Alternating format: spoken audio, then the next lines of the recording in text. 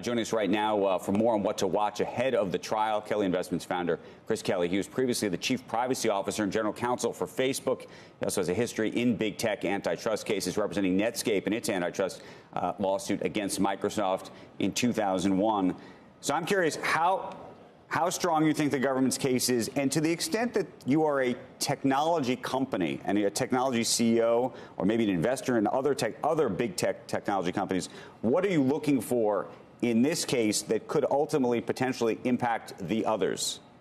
The worry on the part of the government is primarily about innovation markets and what they look like over time. When you have a 90% dominant player who can spend a lot of money to make sure that they stay the default, are you squashing new startups that could actually supplant them over time? And to what extent is that just the normal course of competition?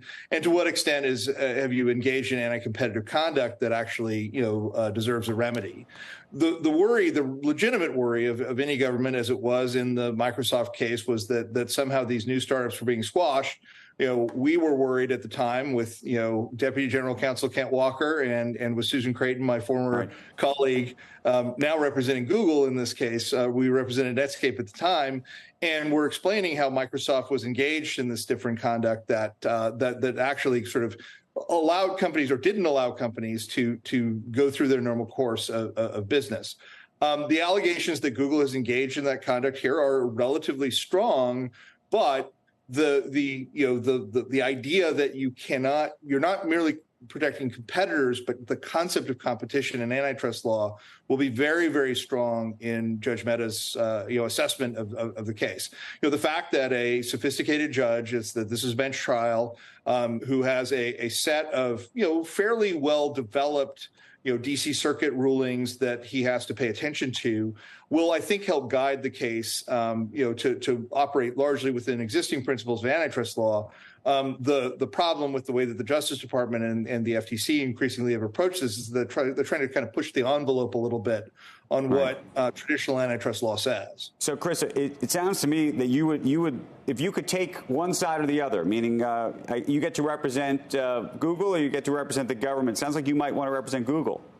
I mean, in this case, I think that Google is in a better position than Microsoft was at the point that they took this on. But I do think that there are some very strong allegations of payments, especially, that have affected the market in a massive way. That Google's paying Apple billions of dollars a year to be the default search engine on all Apple products, and that actually, in the right circumstances, could be deemed an anti-competitive violation of existing antitrust law. So explain that to the audience, though, because I think people are always trying to understand how antitrust law works. We've often said being a monopoly unto itself is not illegal. How you get to become a monopoly or maintain your monopoly is where the problem lies. And the maintenance is really where it kicks in most of these cases, effectively, is that there's some point and there's some set of documents that say when somebody's looking at, say, an Apple or a Samsung is looking at an alternative to Google in search, if they've got dealings with Microsoft on Bing or directly with OpenAI on ChatGPT, for instance, about how that might replace the way that search works on those devices. Does Google offer incentives that are, that sort of step over the line? That's the way that some of these things would potentially come out.